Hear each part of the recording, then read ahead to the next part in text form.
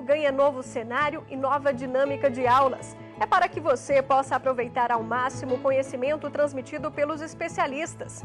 O curso desta semana atualiza o aprendizado sobre o regime jurídico do servidor federal.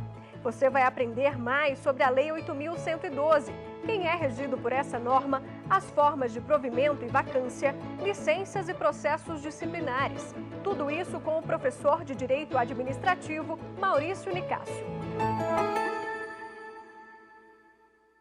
Olá, vamos agora para a nossa quarta aula. Então, nós já vimos na primeira aula quem é regido pela Lei 8.112, vimos a acumulação legal, né? Vimos quem é obrigado a obedecer conceito de cargo público, de servidor. Na segunda aula, nós começamos a trabalhar as formas de provimento, as formas de vacância. E na terceira aula começamos os direitos, trabalhamos alguns direitos, as licenças, os afastamentos e as concessões. E agora vamos trabalhar algumas vantagens do servidor e entrar na parte disciplinar. Então vamos lá começar trabalhando, no caso, a parte das vantagens. Então, existem direitos seletistas que são estendidos ao servidor. Então, se o aluno ele quiser, no caso, saber quais são os direitos seletistas que o servidor tem direito, né? Então, primeira coisa, os direitos seletistas estão previstos no artigo 7º da Constituição, perfeito? Então, o artigo 39, parágrafo 3º do texto constitucional, tá? Ele vai, no caso, trazer vários incisos do artigo 7º para o servidor, tá? Que seria o caso do adicional noturno, do serviço extraordinário. Bom, então, nós vamos trabalhar aqui agora as vantagens do servidor, as principais vantagens, certo? Que, em regra, guardam relação com a parte seletista. Bom, então vamos lá trabalhar a primeira vantagem, que seria, no caso, seriam os adicionais. Então, o servidor também tem direito aos adicionais. Então, vamos lá trabalhar os adicionais. Então, existe o chamado adicional de serviço extraordinário, bom? Que é bem parecido com o seletista, tá? Então, no caso, o servidor, ele tem uma jornada mínima, a regra, né, da jornada de trabalho do servidor, a regra é a jornada mínima, no caso, diária, é de 6 horas e o máximo de 8 horas, tá? Totalizando a jornada de 40 horas semanais. Então, o servidor ele não trabalha 44 horas igual o seletista, ele trabalha 40 horas semanais. Então, se porventura o expediente do servidor, vamos supor, acabou às 18 horas, e ele precisar ficar até às 19 horas, ele vai ter direito quem? Ao adicional de serviço extraordinário. Então, o extraordinário ele corresponde, no caso, o valor dele, a 50% da hora do servidor. Então, se porventura o servidor, né, pega a remuneração do servidor, divide por 30 e divide, que é o número de dias, e divide por 8, que é o número de horas. Então, se porventura, né, encontrarmos um valor hipotético de R$10, certo? Então, se o servidor ficou das 18 até as 19 horas, né, isso ficou 1 hora a mais, ele vai ganhar quanto se porventura o adicional dele for R$10? Ele vai ganhar quanto? R$15. Por que R$15? Ele vai ganhar os R$10 que ele trabalhou a mais nesse contexto, né, extraordinário e uma compensação por ter, no caso, ultrapassado a jornada dele de 8 horas, ok? E o máximo de horas que o servidor pode fazer, né, de serviço extraordinário seriam, no caso, 2 horas, ok? Mas agora para o adicional noturno. Então, o adicional noturno também é bem parecido, né, com o adicional noturno do regime seletista. Então, o servidor, no caso, né, ele tem um horário, no caso, para poder ter direito ao adicional. Esse horário ele vai de 22 até as 5 horas da manhã do dia seguinte. Tá? Então, se quem, no caso, começa a trabalhar das 22 até as 5 horas da manhã, ele vai trabalhar 7 horas de 60 minutos. Tá? Então, por enquanto, vamos trabalhar com as 7 horas de 60 minutos. E o valor do adicional ele é de 25% do valor da hora noturna.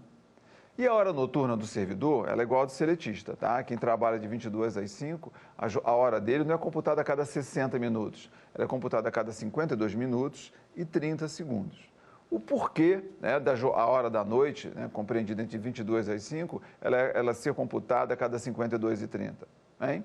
É uma questão matemática, certo? Uma questão matemática para ajudar o servidor. Vamos tentar explicar isso aí, essa parte lógica aí. Então, o servidor começou o expediente dele às 22 horas. Tá? Quando o relógio bateu a primeira hora fechada, quando o relógio bateu 23 horas, certo? Ele já tinha ganho adicional dele quantos minutos antes? Então, já tinha ganho o quê? 7 minutos e meio. Então, para cada hora fechada que o relógio está batendo, não é isso? O servidor, no caso, ele está guardando 7 minutos e meio. Perfeito?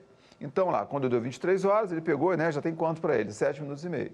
Tá? Meia-noite, 1, 2, 3, 4, 5. Quando chegou 5 horas da manhã, ele vai ter 7 sobras de 7 minutos e meio. Se você pegar essas 7 sobras de 7 minutos e meio e somá-las, certo? O resultado dessa soma vai dar quanto? 52h30. Então, é um contexto matemático. Então, 52h30 não é a hora da noite, não é isso? Então, matematicamente, o servidor ele trabalhou o quê? De 22 às 5, ele trabalhou 7 horas de 60 minutos. Como a hora da noite é menor, ele vai trabalhar o quê? 8 horas de 52 minutos e 30. Então, o legislador, no caso, né, ele vai praticamente, da 8.112, copiar a questão seletista. Então, na realidade, quem trabalha de 22 às 5, trabalha o quê? 8 horas de 52 minutos. Então, além do adicional de 25%, ele também está ganhando o quê? 1 hora a mais, certo? E também, de fato, né? Todo mundo há de concordar que se porventura o servidor puxa de trabalho de 22 às 5, é muito desgastante. Então ele tem essa compensação de ganhar 1/4 a mais em cima do horário noturno e também tem direito a 1 hora a mais, ok? Então esse é o adicional o quê? Noturno, é isso? E trabalhamos o adicional de serviço extraordinário. Vamos para os adicionais agora, de insalubridade e de periculosidade. Então, o adicional de insalubridade, ele é devido, né, quando o servidor ele trabalha, o ambiente de trabalho dele, né, é nocivo à saúde dele. Então, exemplo clássico de adicional de insalubridade seriam os colegas que atuam em hospitais, né, em hospitais federais. Então, a questão da saúde ali, no caso, né, ela fica muito sensibilizada em termos, né, de, vamos imaginar, um servidor que trabalha num pronto-socorro fazendo triagem lá dos pacientes. Então, é um ambiente, né, altamente hostil para a saúde do servidor, que nós teremos o quê? Muitas doenças ali, no caso, presentes naquele ambiente em regra meio fechado, certo? Então, a insalubridade é devida quando o ambiente de serviço é nocivo à saúde do servidor. A Lei 8.112, ela não trata dos percentuais, igual a CLT trata para o seletista, certo? Então, a legislação fora da 8.112, uma legislação que eu chamo de legislação alienígena, ela traz os percentuais para o serviço público. Então, os percentuais de insalubridade, de acordo com a lesividade que o ambiente de serviço traz para o servidor, bom, os percentuais oscilam entre 5%, 10% ou 20% do vencimento do servidor. Maior a lesividade, maior o adicional, ok? E vamos também trabalhar agora a periculosidade. Então, a periculosidade, ela guarda relação com as atribuições do cargo, essa é a regra. Então, se as atribuições do cargo do servidor, elas são perigosas, pode trazer até risco de morte para o servidor, tá? Ele vai ganhar o quê, gente? Um adicional, certo? Esse adicional, por meio de uma lei, né? Da mesma lei que trata do percentual da insalubridade, essa lei, ela traz o percentual de 10% do vencimento do servidor, ok? O que é interessante saber da insalubridade e da periculosidade seria isso.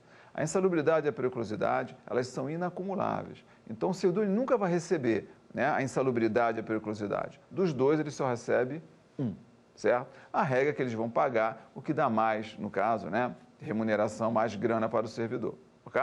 Então, insalubridade e periculosidade são inacumuláveis. Bom, outro adicional também que a lei trata é o adicional de atividades penosas. Então, a regra é o servidor em região de fronteira, certo? Então, se o servidor está em região de fronteira, tá, o legislador entendeu que seria um contexto penoso. Bom, então ele também vai ganhar o quê? Um percentual a mais, certo? Então, a periculosidade, a insalubridade são inacumuláveis e atividades penosas, a regra o servidor em região de fronteira ou outras regiões que o regulamento vier a estipular. Bom, até 1997 existia o chamado adicional por tempo de serviço, tá? O que era o chamado anuênio. Então ele foi revogado em 97 e o servidor perdeu o direito, no caso, a incorporar anualmente 1% do seu vencimento, tá? Então hoje não se falamos mais em quem? Em adicional por tempo de serviço, desde 1997. Salvo, no caso, os colegas servidores, né, que já tiveram o direito adquirido, certo? Então, o princípio da segurança jurídica, lá no 5º 36, tá, ele garante, não é isso? Tá, que quem já tinha o direito adquirido anuênio, aquilo está incorporado, não tem como tomar, perfeito? Então, o princípio da segurança jurídica, lá no artigo 5º 36, ele vai falar que a lei não prejudicará o ato jurídico perfeito, a coisa julgada e o direito adquirido. Bom, então se você ouvir falar que um colega ainda tem um adicional por tempo de serviço, é porque já é o chamado que direito adquirido. Outro adicional também importante é o adicional de férias, tá? Que é igualzinho, praticamente igual ao seletista. Então o servidor, no caso, né, quando ele vai tirar suas férias, ele também tem um direito constitucional dele de receber 1/3 da remuneração. Tá? Então, o servidor recebe 1/3 da remuneração e o seletista recebe 1/3 do salário. Ok? Vou fazer aqui só um adendo aqui. Tecnicamente, o servidor ele não recebe salário, certo? O servidor, pela lei, ele recebe a chamada remuneração. Então, o que vem a ser a remuneração? A remuneração é o somatório do vencimento básico do servidor com as suas vantagens, mas as vantagens de caráter permanente. Bom, então, sempre que nós falamos em vantagens, nós vamos linkar com as gratificações, os adicionais que nós estamos vendo agora e as indenizações. Bom, então, no caso adicional de férias, 1/3 da remuneração do servidor. E a lei fala também que esse adicional de férias ele tem que ser pago até 2 dias antes do início das férias do servidor. Então, até 2 dias antes do início das férias, o servidor tem direito a quem? A receber quem? O adicional de férias, tá bom? E o servidor também não precisa requerer o adicional, bom? Pelo comando legal, ele tem que vir automático, bom? Então, trabalhamos quem? Os adicionais de serviço extraordinário, noturno, insalubridade, periculosidade, atividades penosas e o adicional de férias. Vamos agora para as gratificações. Então, vou aqui trabalhar aqui no caso 2 gratificações. A primeira gratificação é a gratificação natalina, né? É o chamado 13º salário do seletista e o servidor seria a gratificação natalina, que é praticamente a mesma coisa. Então, o servidor, vamos imaginar, hipoteticamente, que entrou em exercício dia 1º de janeiro, tá? Agora de 2018, bom, ele vai ter direito, no caso, quando chegar até 20 de dezembro, ele receber uma remuneração de 13º, perfeito? Isto é, se ele trabalhou quem? O ano inteiro, se ele trabalhou os 12 meses. Ah, Nicásio, mas o servidor, ele entrou com o ano em curso, certo? Então, se ele entrou com o ano em curso, lá no final do ano, ele não vai receber integralidade. Ele vai receber quem? A parte o quê? Proporcional. Proporcional na fração de quê? De 1/12, tá? Por mês trabalhado. Exemplo aqui. Se o servidor, no caso, ele entrou em exercício, vamos supor, em abril, tá? Ele vai ter direito a receber aquele 1/12 de abril? Sim, desde que ele trabalhe 15 ou mais dias no mês do exercício. Exemplo, se ele entrou dia 14 de abril, então, em abril ele trabalhou quantos dias? Trabalhou 16 dias. Então, se ele trabalhou 16 dias, ele vai ter direito quem? A fração de 1/12 do mês do exercício. Ah, não, o servidor entrou dia 20. Então, se ele entrou dia 20 de abril, ele não trabalhou 15, inclusive, ou mais dias. Ele trabalhou 10 dias. Então, aquele mês não é computado como 1/12 para ele, ok? Então, a gente sempre recomenda, se for possível, o servidor sempre entrar em exercício antes do dia 15. Até no dia 15 caberia. Mas é interessante, entra um dia antes para não perder quem? 1/12 lá no final do ano, ok? Então, o 13º tem que ser pago até o dia 20 de dezembro. Tá? Ele corresponde a uma remuneração, desde que o servidor, no caso, ele trabalhe o ano todo, perfeito? Se entrar em curso, ele vai receber a infração de 1/12. Bom, então, essa gratificação o quê, gente? Do adicional de serviço extraordinário é o nosso querido o quê? 13º. Então, vamos agora trabalhar o artigo 76A, que é gratificação por encargo de curso ou concurso. Então, essa gratificação, ela surge em 2006, certo? Em 2006, o legislador, é visível que ele separa, em termos de valores, a gratificação por encargo de curso, que seria o quê, no caso? Servidores, isso? Que vão ministrar cursos, em regra para novos servidores, tá? Ou cursos de aperfeiçoamento. Então, esses servidores que vão ministrar cursos, em 2006, iriam receber um percentual, certo? E também o legislador vai trazer para a gente a gratificação por encargo de concurso. O que seria a gratificação por encargo de concurso? O legislador ele vai dividir o concurso em 2 partes. Uma parte do concurso, do servidor que vai atuar com a parte intelectual do concurso, com o servidor que vai atuar na parte da logística, na parte física do concurso.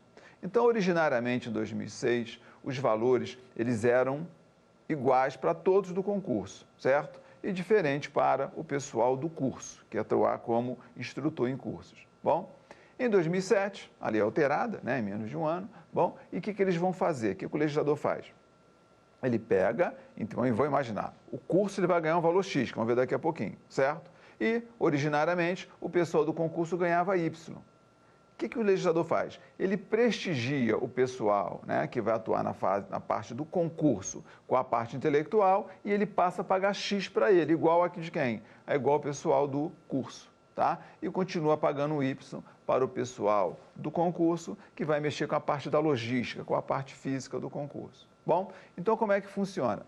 O servidor que for ministrar cursos dentro do serviço público, hoje, ele está ganhando até 2,2% do maior vencimento pago no Serviço Público Federal. Tá? Então, repare que eu não falei, que a lei não fala a maior remuneração, ela fala o maior vencimento, a maior parte básica. Tá? Até um tempo atrás, o maior vencimento pago no Serviço Público, se não me falha a memória, tá? Ele era de juiz do Tribunal Marítimo.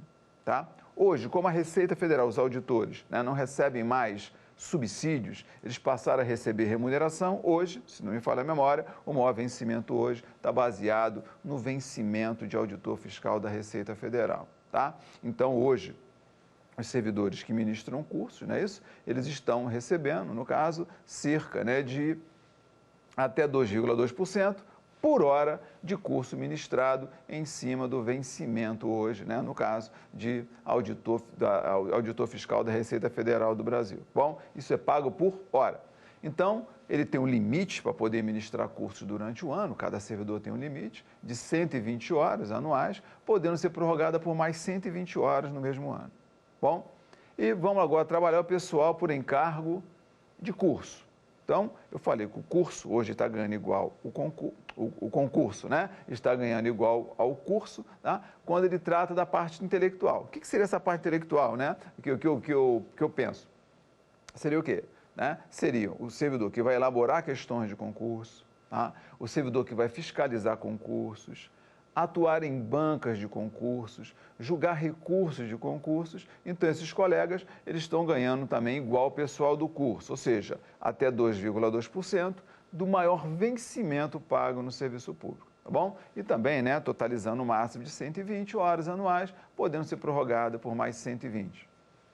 Agora, vamos trabalhar os colegas que trabalham, né, que vão ganhar a gratificação por encargo de concurso, que vão atuar na parte da logística, né? Ou seja, o que seria essa parte da logística? O que seria essa parte física? São os colegas que vão atuar na montagem dos concursos públicos ou atuar na fiscalização.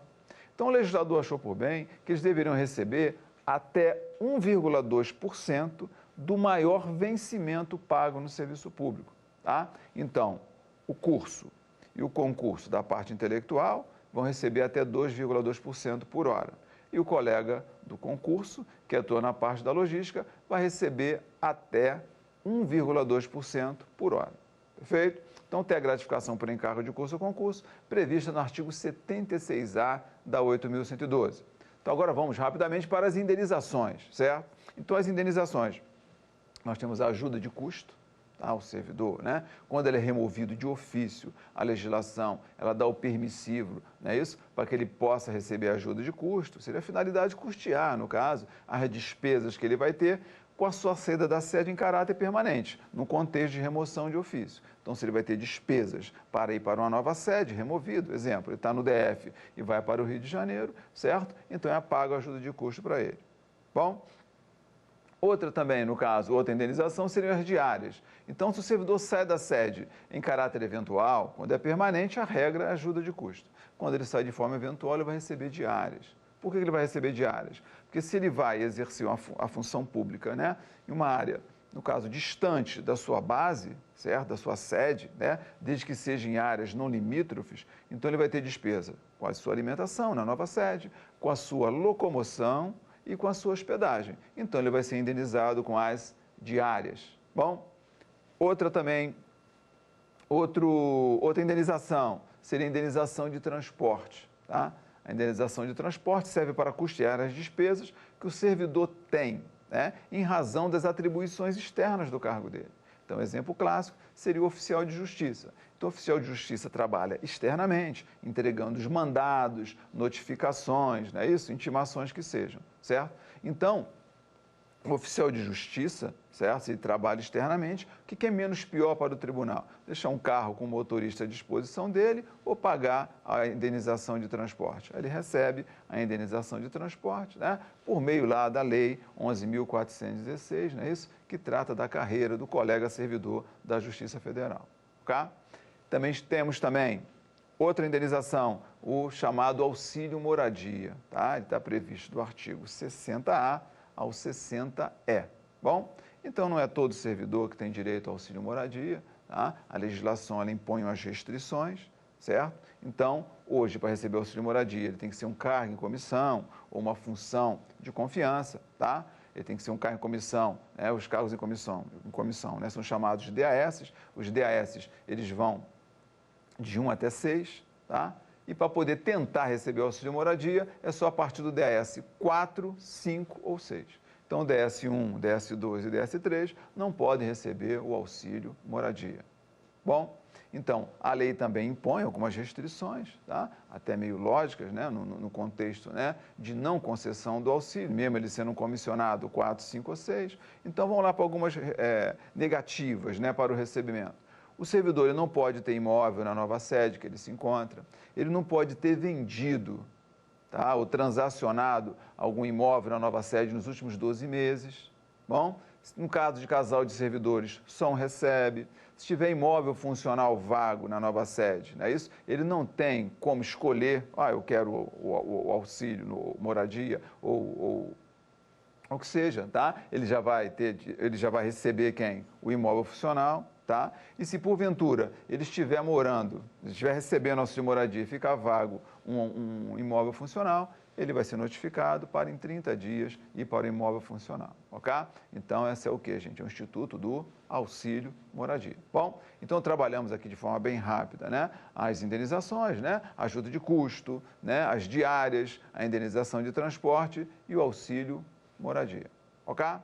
Então, vimos, né, de forma bem rápida, essas principais vantagens do servidor. Agora vamos entrar o que, gente? Na parte disciplinar. Vamos lá para o regime disciplinar. Bom, o nosso título 4º da Lei 8.112.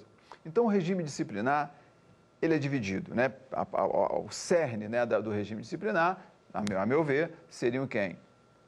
As responsabilidades e as penalidades, tá? O regime também fala da acumulação ilegal, que vamos ver, né, mais à frente, que a acumulação ilegal ela pode gerar demissão. Tá? Então, não vou entrar na seara da acumulação ilegal, porque nós vimos na primeira aula a acumulação legal. Então, se a acumulação, se o servidor está acumulando, né, e não está de forma lícita, certo? Então, ele vai ser o quê? Penalizado. Então, se nós vimos o que é legal, o que não é legal, o que é ilegal. Perfeito? Então, o regime, é isso? Nós vamos começar agora com as responsabilidades. Tá? Então, as responsabilidades que o servidor, no caso, ele tem, é isso? E as sanções que ele pode sofrer em razão de uma conduta indevida, certo? Dentro da administração pública. Então, dependendo da conduta que o servidor pratica, tá? Ele pode, no caso, sofrer uma responsabilidade penal, civil e administrativa. Então, quando é que pode o servidor sofrer uma sanção penal?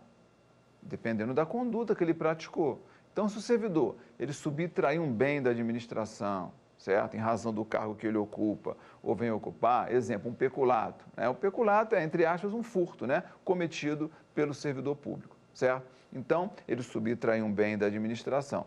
Então, se ele subtraiu um bem da administração, ocorreu um crime, certo? O peculato tem previsão no artigo 312 do Código Penal Brasileiro, com a pena mínima de 2 e a máxima de 12 anos no caso de reclusão.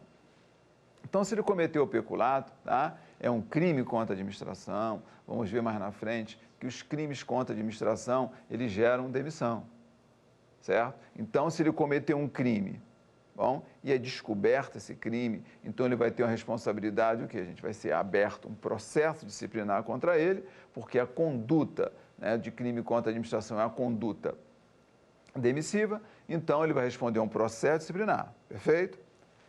Mas em relação ao crime, quem é que vai punir o servidor pelo peculato? Quem é que vai aplicar a pena? Quem é que oscila de 2 a 12 anos? Então, quem vai aplicar essa pena há de ser quem? O juiz, no caso, né? O juiz federal, já seria um crime federal, certo?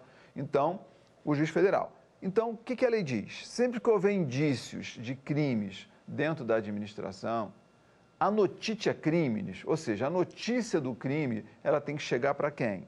Ela tem que chegar para o detentor da ação penal pública. Então, quem é o detentor da ação penal pública? Com previsão nos artigos 129 e 128 da Constituição. Então, o Ministério Público tem duas funções importantíssimas, né? Duas funções constitucionais, que seriam, no caso, ele, fiscal da aplicação da lei, o custos legis, ou o detentor da ação penal pública, certo?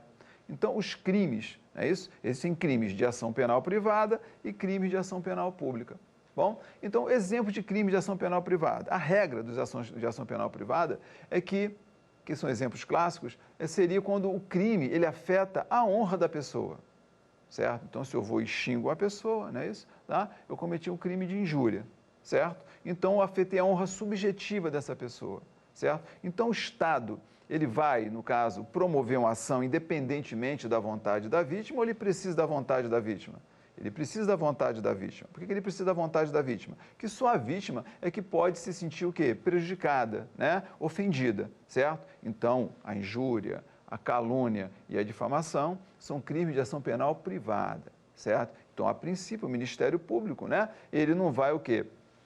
Ser o detentor desse tipo de ação penal, certo? Agora, no crime de peculato, que é o nosso exemplo, né? O peculato é um crime de ação penal pública ou privada? O peculato é crime de ação penal que pública, o bem é de todos, não é isso? Então, o Ministério Público, não é isso? A administração pública ela vai noticiar o Ministério Público e o Ministério Público, em razão dessa notícia, tá? Ele vai o quê, gente? Formular uma denúncia, né? Se ele achar que os indícios de autoria e materialidade, eles estão presentes, ele formula a denúncia, certo? E essa denúncia, ela vai ser, no caso, oferecida ao magistrado, ao juiz federal, certo? O juiz federal, né?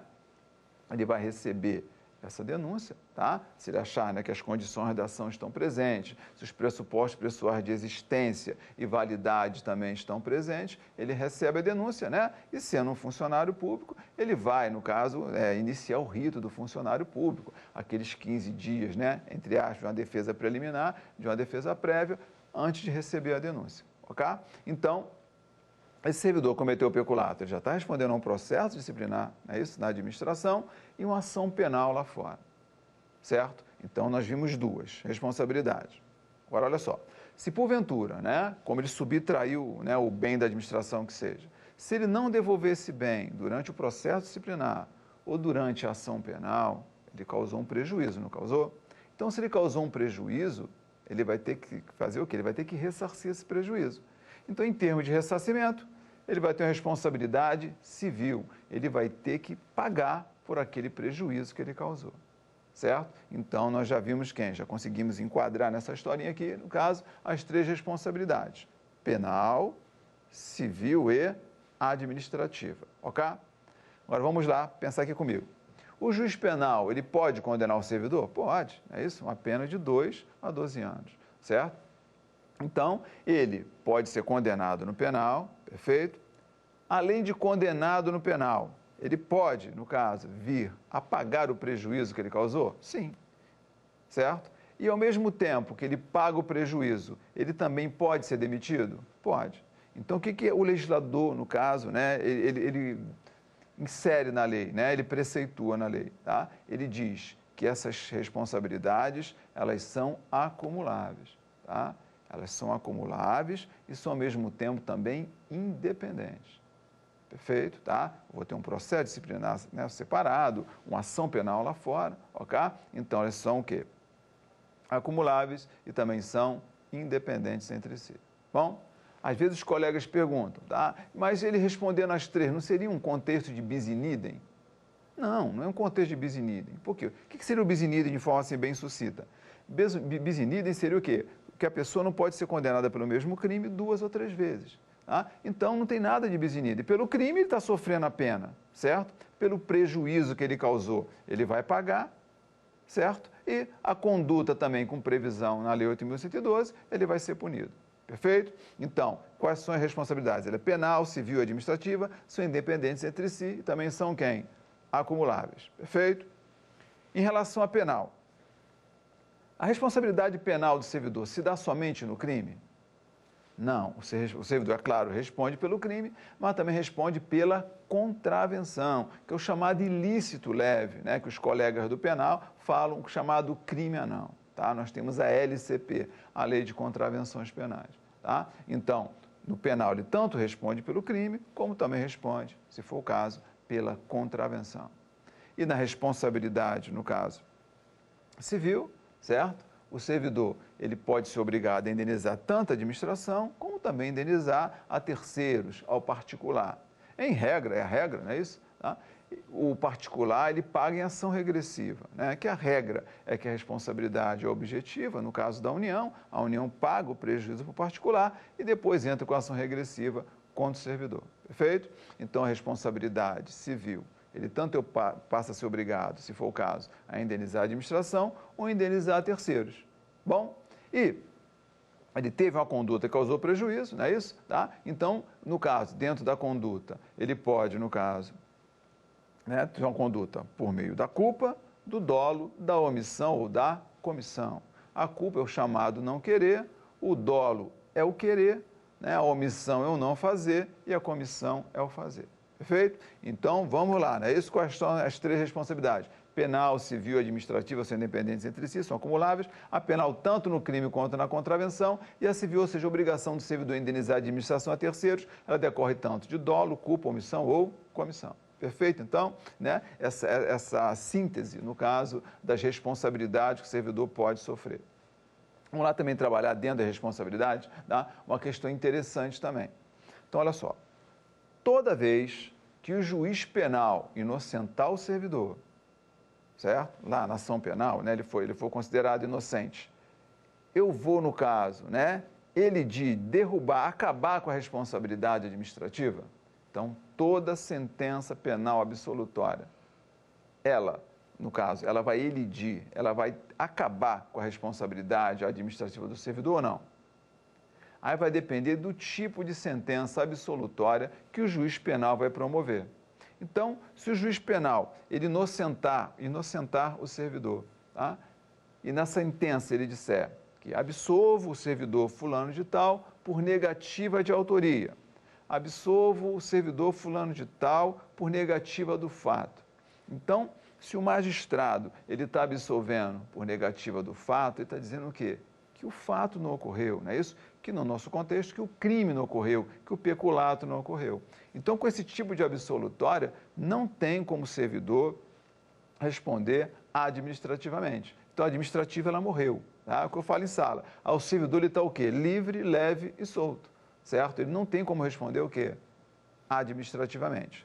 Tanto na negativa do fato, como também na negativa de autoria. O que seria negativa de autoria? O juiz está dizendo o quê? Não foi ele, não foi o servidor A, foi o B. Então, se não foi ele, não tem como ele responder o quê? Administrativamente, ok? Agora, a responsabilidade civil já caiu também, né? Como é que ele vai pagar uma coisa que não sumiu, no contexto, né? Que não houve o peculato, no nosso exemplo.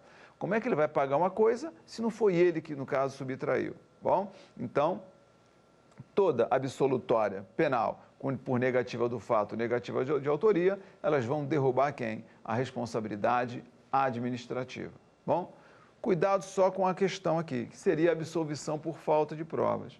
Então, o servidor, quando ele é absolvido por falta de provas, não quer dizer que ele não cometeu a infração, não é isso? Ou ela não aconteceu, certo? Então, o juiz, quando ele, como eu poderia dizer, na dúvida, né? No penal isso é muito forte, o chamado indúbio pro réu, na dúvida, o juiz é o quê, gente? É obrigado a absolver, não é isso? Ele vai e absolve o servidor. Então, quando ele absolve por falta de provas, ele não está dizendo que não foi ele ou que o crime não existiu. Ele está dizendo o quê? Que não conseguiram provar. Ele foi obrigado o quê? A absolver. Então, existe um entendimento que na absolvição por falta de provas, o servidor poderá responder administrativamente. Estou dizendo que ele vai, estou dizendo que ele poderá responder. Ok? Então, trabalhamos esse tópico importante das responsabilidades, Tá? Eu percebo que em certos concursos, né, em que o cargo, a pessoa, o cargo em si, tá? O servidor que ocupa aquele cargo, ele pode ser objeto de um crime de corrupção ativa, né? Ou ele, no caso, né, infelizmente, né, ele vier aceitar uma propina, ele vai entrar no crime de corrupção passiva, certo? Então, alguns cargos, né, que o servidor pode ser vítima de um crime de corrupção ativa, bom, as bancas, em regra, sempre traz a questãozinha de responsabilidade, tá? Para o servidor saber que se ele cair, né, tiver infelicidade de aceitar esse dinheiro, né, indevido, ele vai o que, gente? Responder. E, de repente, ele vai pegar quem? As 3 responsabilidades, ok? Então, fechamos quem? O primeiro tópico dentro do regime, que são as responsabilidades, não é isso? Então, de novo, quais são as responsabilidades? Penal, civil e administrativa, não é isso? São independentes entre si, são acumuladas, é penal tanto no crime quanto na contravenção. E a civil, ou seja, a obrigação do servidor indenizar a administração a terceiros, decorre de quem? Dolo, culpa, omissão ou comissão. Perfeito? O nosso próximo tópico, nós vamos atacar quem? As penalidades, tá? Elas estão, no caso, previstas no artigo 127. Então, o artigo 127, ele traz para a gente 6 incisos, certo? Sendo o inciso duplo. Bom, então, nós vamos trabalhar a advertência, a suspensão, a demissão, a cassação da aposentadoria, a cassação da disponibilidade e a destituição do cargo em comissão e da função comissionada, ok? Então, agora vamos trabalhar as penalidades, né, lá do artigo 127. Então, vamos começar com a advertência. Então, toda penalidade ela tem que ser formal, ela tem que ser por escrito, tá? E sempre garantindo uma ampla defesa e o contraditório, ou seja, sempre garantindo o 555. Então, o que o 555 da Constituição diz para a gente? Então, ele diz assim, né, que aos litigantes em processo judicial, que não é o nosso caso aqui, né, aos litigantes em processo administrativo e aos acusados em geral, são garantidos a ampla defesa e o contraditório e os recursos e meios a eles inerentes. Então, tem que abrir um processo, no caso, vamos ver mais na frente, né, da advertência vai ser aberta uma sindicância, certo? Esta sindicância, né, ela vai ter que estar formalizada, se ele for considerado, né, for punido, ela vai constar nos assentamentos funcionários do servidor, mas só que antes, né, da publicação dessa punição, ele tem que ter garantido quem? Ampla defesa. Bom, então toda penalidade ela tem que ser o quê? Formal, certo? Então, o legislador da 8.112, ele não se preocupou muito com as sindicâncias, né, isso que vão gerar as penalidades de advertência. Tá? Ele deixou que os regulamentos tratassem das sindicâncias, certo? Então, vai ser aberta essa sindicância, certo? E se o servidor for punido, ela vai constar nos assentamentos funcionais. Então, nós vamos ter que agora decorar alguns prazos, certo? Que a legislação traz para a gente nessa parte das penalidades, tá? Então, se porventura, no caso, o servidor for advertido e a penalidade for para os assentamentos dele, ela vai ficar ali surtindo efeitos a vida toda ou existe um prazo para cancelar a advertência? Então, todas as penalidades, né, que não geram rompimento de vínculo, tá, elas não poderão ser eternizadas. Os efeitos das penalidades não podem ser eternizados. A legislação não permite. Então, o servidor foi, no caso, advertido hoje, né, publicou nos assentamentos funcionais do servidor. Os assentamentos funcionais é a ficha funcional do servidor, certo? Que ela é criada no exercício. Então, está lá, advertência na ficha do servidor. Então, qual seria o prazo para ver cancelada a advertência dos assentamentos funcionais?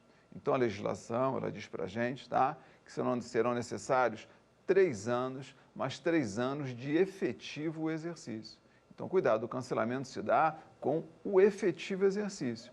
Então, daquelas licenças que nós estudamos, não é isso? Algumas delas, elas não estão o quê? Contando para nada, não é isso? Então, só conta para aposentadoria e disponibilidade. Então, se o servidor for punido hoje, tirar o interesse particular, certo? E ficar 3 anos fora, ele já vai ter cancelada a advertência da ficha dele? Não, porque o interesse particular não conta para nada. Então, a legislação diz que tem que ser 3 anos de efetivo exercício. Então, passados 3 anos da publicação de efetivo exercício, essa penalidade ela vai ser cancelada, tá?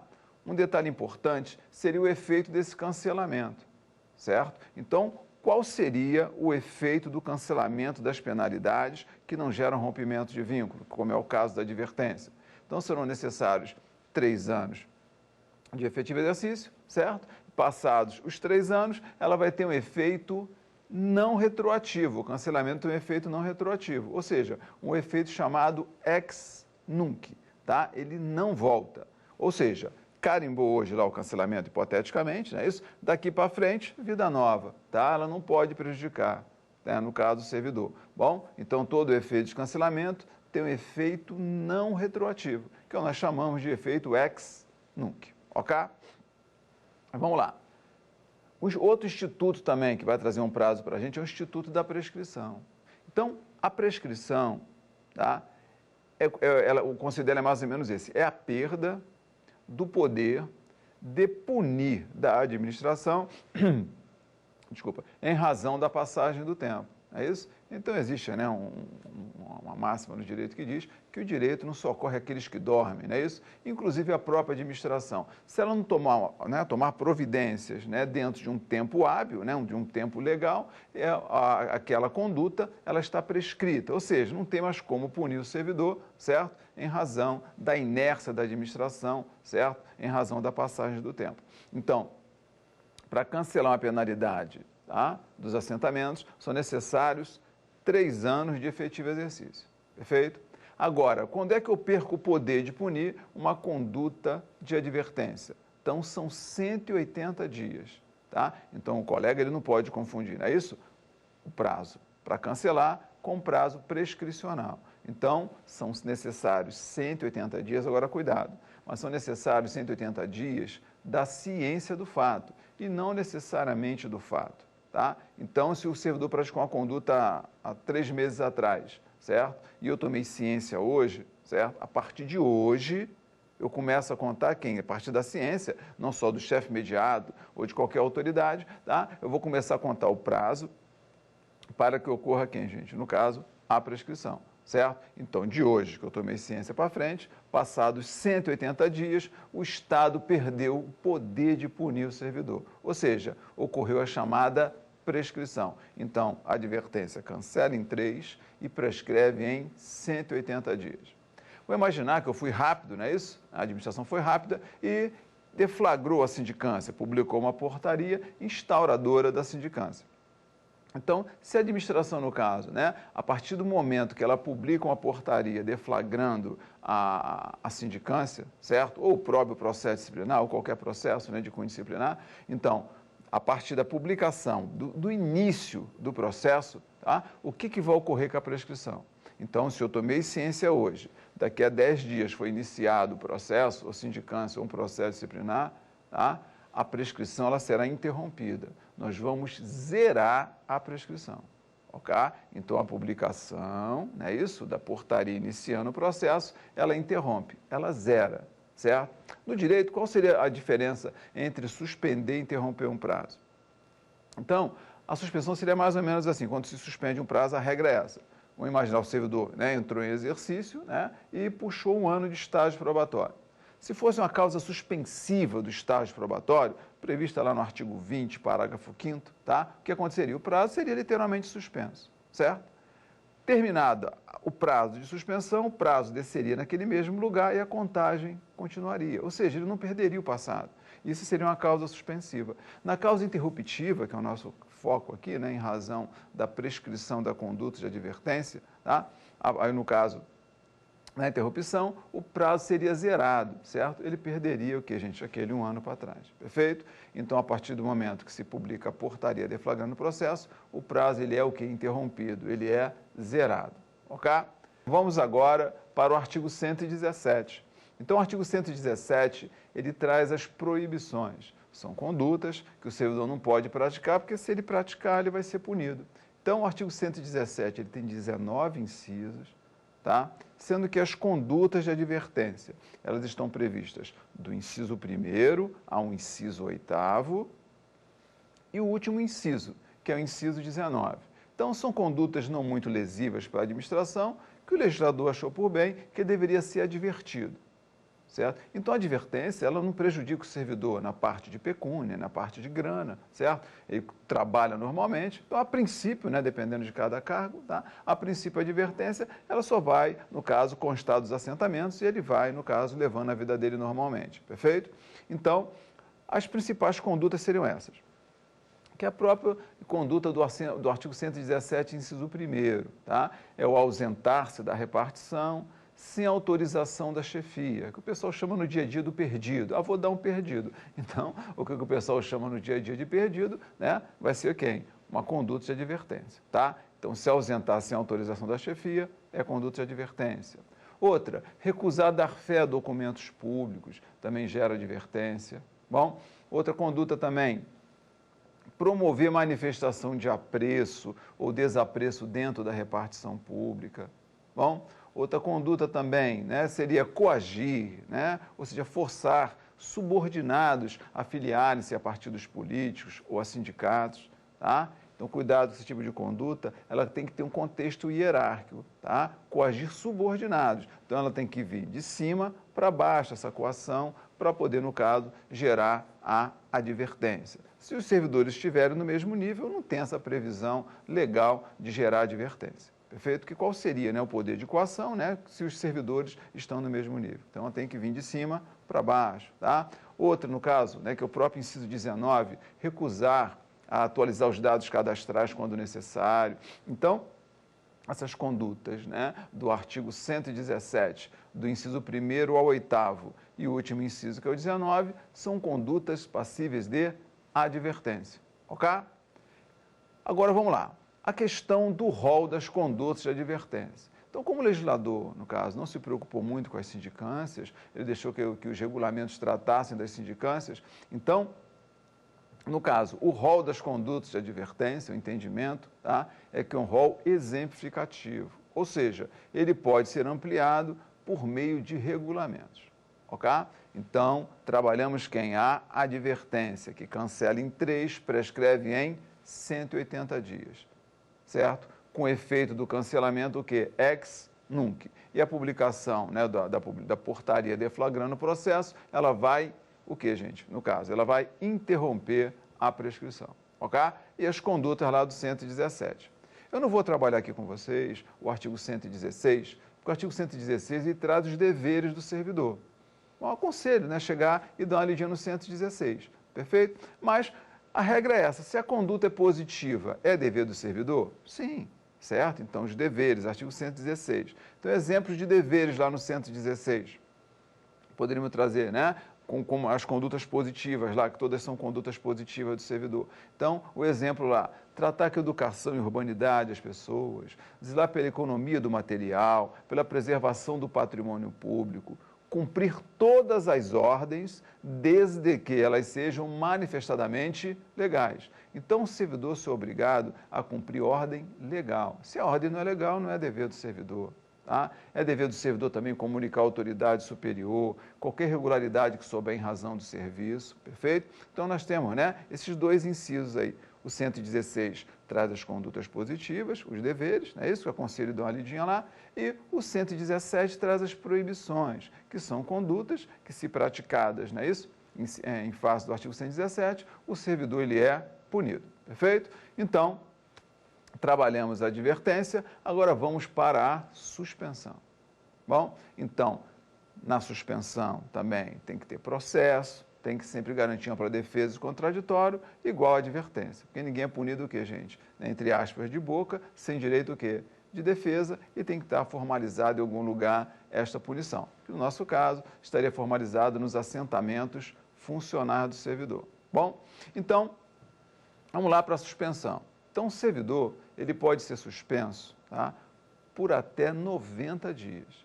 Tá? Então, não existe previsão de suspensão de 91 dias, é de até 90 dias, perfeito? Então, a suspensão, o servidor é suspenso, vai constar dos assentamentos funcionais também, ela está lá escrita, né, formalizada nos assentamentos. Então, o servidor pode ser suspenso por até 90 dias, em regra, sem remuneração. Tá? Não digo nem sem remuneração, sem grana. Por quê? Eu me corrigi aqui, não falei sem remuneração, não falei sem remuneração, né? Falei sem grana. Por quê? Porque a autoridade que julga o servidor, tá? ela tem a discricionariedade, claro que devidamente motivada, claro, para decidir se ela vai descontar dias do vencimento ou da remuneração do servidor.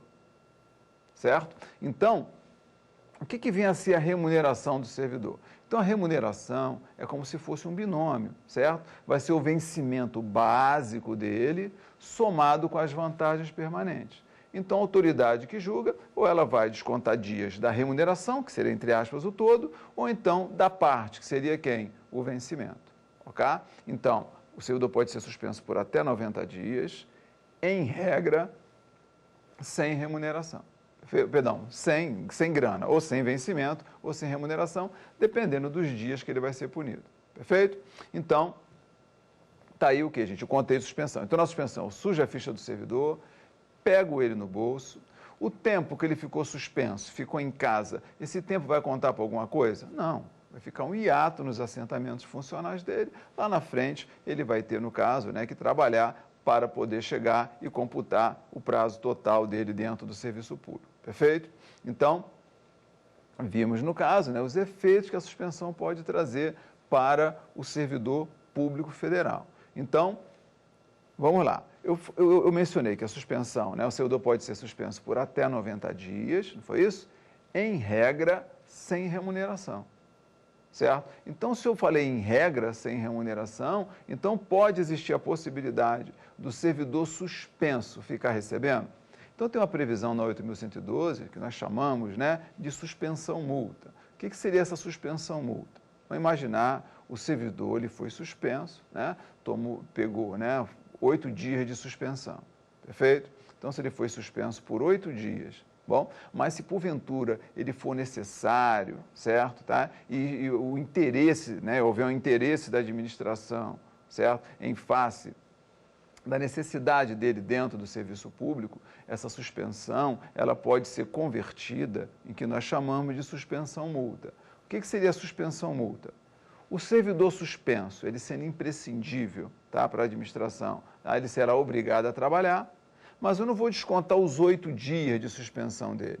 Eu sempre desconto a metade. Então, serão descontados 4 dias dele, sempre 50%. Tá? Por ele ser o quê? Necessário, certo? Que há o interesse da administração.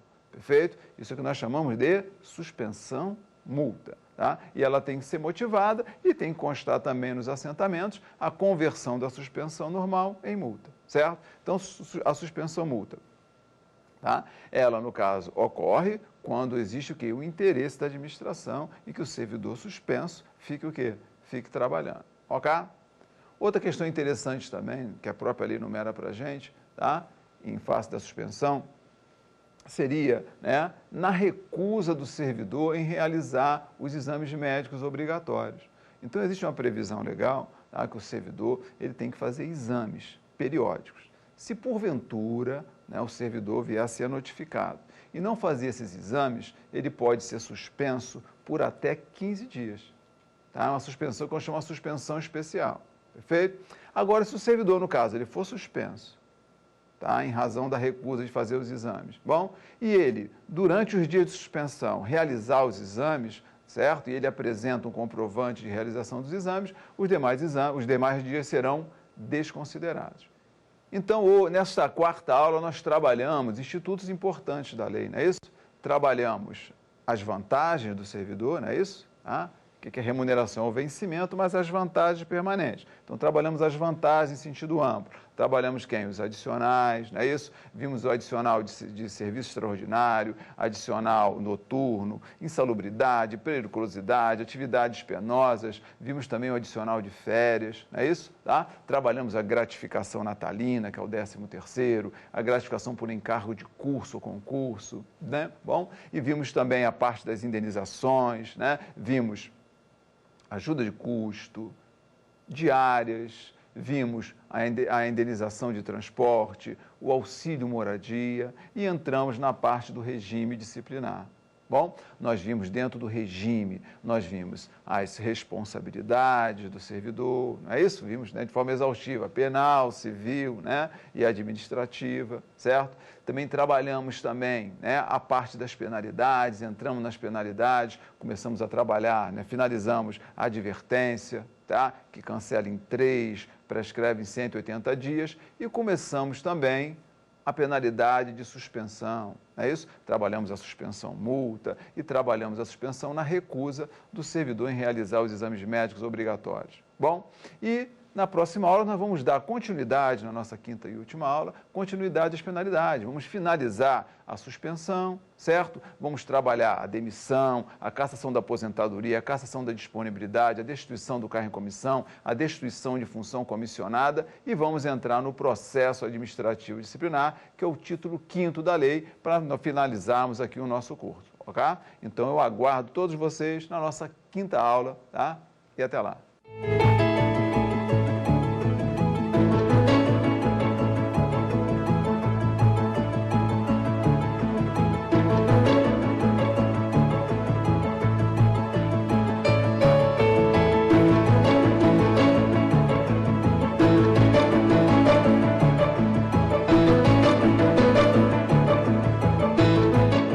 Ficou com dúvidas? Agora você pode gravar sua pergunta e mandar para a gente.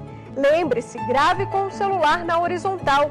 Mande a sua questão por e-mail, saberdireito@stf.jus.br ou para o nosso WhatsApp. O número é 61 99260 6116.